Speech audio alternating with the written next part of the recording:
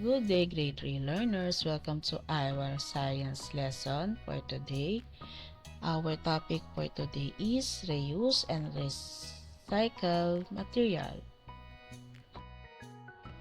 Before we begin, please don't forget to like, share, and subscribe. Thank you.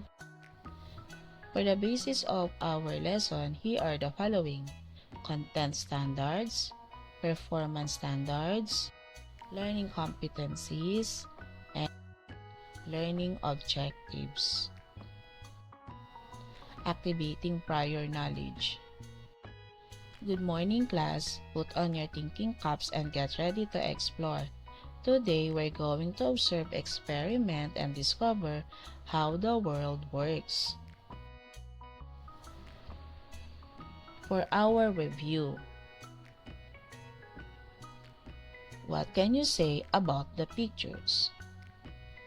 The pictures compose of the following materials: paper, paper bag, paper folder, plastics, empty water bottles, empty plastic cup, empty lotion bottles and glass, wine bottle, glass bottle, shattered mirror.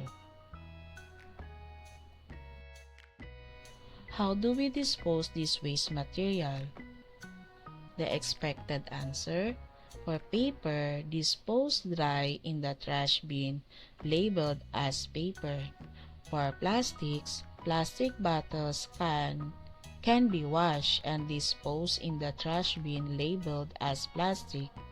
For glass, glass bottles can be washed and be reused or recycled. Broken ones can be disposed of in the trash bin labeled as glass.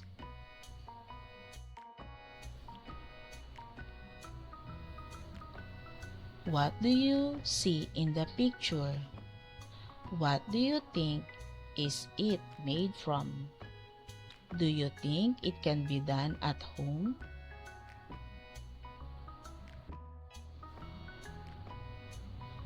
Number the pictures in the correct order.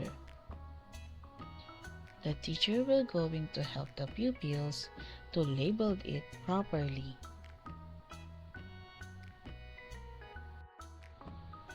Lesson purpose intention. This lesson is about demonstrating how to reuse and recycle different waste. Lesson language practice. What is the difference between reusing and recycling? Here are the expected answer. Reusing, using something again without changing it. Recycling, turning old things into new things by changing them. What are the similarities between reusing and recycling? Both help keep the earth clean by not throwing things away and making less trash. They both save materials because you don't need to make new things from scratch. Reading the key idea stem. Activity 3. What reusable and recyclable waste can we find at home? Developing understanding of the key idea stem. Which of these materials can you use again? How can you use these materials again? Which of these materials can be used for something else? In what ways can these materials be changed so they may be used for something else? Paper. Clean and tidy papers can be cut and use them as notebook covers. These can also be used in arts and crafts. Plastic bottles. They can be made into beautiful plastic flowers, can be cut in uniform sizes, painted and displayed as unique desk organizers. They can be used also as materials in making plant boxes for vegetable garden. They can be cut and used as pots both for flowers and vegetables. They can be cut with design as pots for hanging plants. Some of these plastic bottles are cut and form as animals for garden decors. Empty glass bottles. They can be made as decorative flower holder.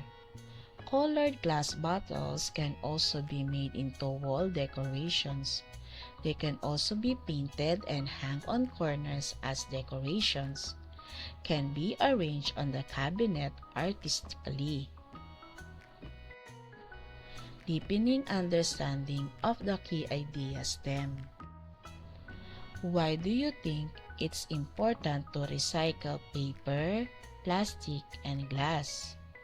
How does reusing and recycling help our environment and the animals that live in it? Reusing and recycling paper, plastic, and glass help keep our environment clean and safe. When we reuse and recycle, we make sure that trash doesn't get dumped in places where it can hurt animals and nature.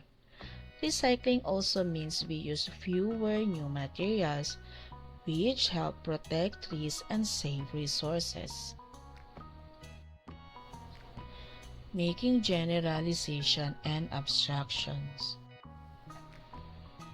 Here is the semantic map of how to reuse and recycle paper, plastic, and glass. How to reuse.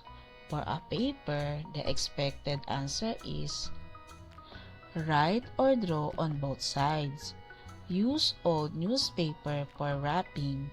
Make paper crafts like cars. For plastic, the expected answer are use plastic bottles for water again. Use plastic bag again for shopping. Store things in plastic containers. For glass, expected answers are use glass jars as storage for food or bottles. Use bottles as vases.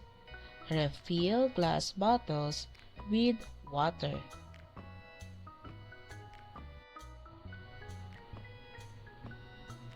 Here is a semantic map of how to reuse and recycle paper, plastic, and glass. To recycle a paper, the expected answers are make paper fans or paper flowers. Cut and glue old paper to make a collage.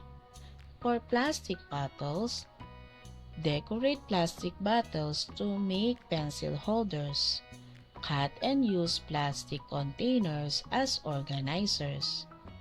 For glass, paint glass jars to make lanterns. Fill glass jars with sand or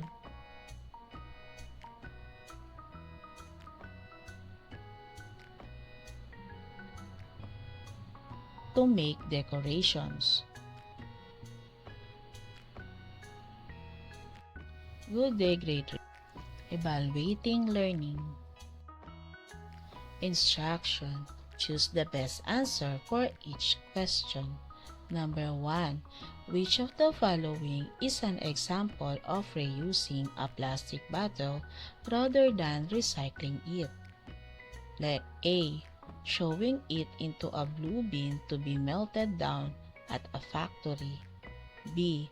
Cutting it in half to create a colorful planter for a new seedling. C. Leaving it on the ground in a park. Or D. Burning it in a controlled environment. Number 2. You have a stack of old newspapers and cardboard boxes. What is the most environmentally friendly way to recycle them? A. Using them as a placemat for an art material or art project. B. Placing them in the paper and cardboard bin so they can be turned into new paper products. C. Using them to start a campfire. Or D. Putting them in the general waste bin. Number 3. Before recycling a glass jar that once held jam, what is the most important first step? A. Breaking it into small pieces so it fits better. B. Painting it with bright colors. C. Washing it thoroughly to remove any food residue. Or D. Burying it in the garden. Number 4. Upcycling is a form of reuse. Which of these is an example of upcycling glass? A. Melting a glass bottle to make a new window pane. B. Turning an old glass soda bottle into a decorative lamp or vase. C. Throwing a glass jar into the ocean. Or D. Sending a glass bottle back to the manufacturer to be refilled. Number 5. Why is sorting at the source, separating paper, plastic, and glass into different bins important? A. It makes the trash look more organized.